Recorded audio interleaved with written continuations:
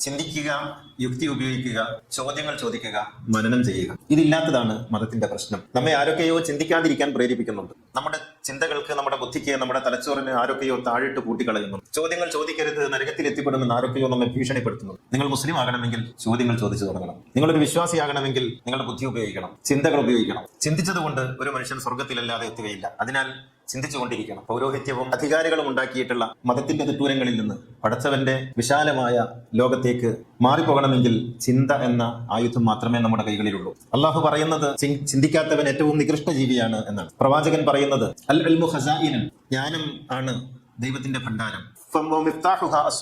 ചോദ്യങ്ങൾ ചോദിക്കുകയാണ് ജ്ഞാനത്തിന്റെ താക്കോൽ. അതുകൊണ്ട് വസ്അലൂ യർഹമുക്കുമുല്ലാഹ്, നിങ്ങൾ അള്ളാഹുവിന്റെ അനുഗ്രഹങ്ങൾക്ക് ഉടയവരായി തീരണമെങ്കിൽ ചോദ്യങ്ങൾ ചോദിച്ചുകൊണ്ടിരിക്കണം എന്നാണ് പ്രവാചകൻ പറഞ്ഞിട്ടുള്ളത്. അതിനാൽ ചിന്തിക്കുക എന്നുള്ളതാണ് യഥാർത്ഥത്തിൽ പെരുന്നാളിന്റെയും റമദാനിന്റെയും ഖുർആനിന്റെയും സന്ദേശമായി എനിക്ക് നിങ്ങളോട് കൈമാറാനുള്ളത്.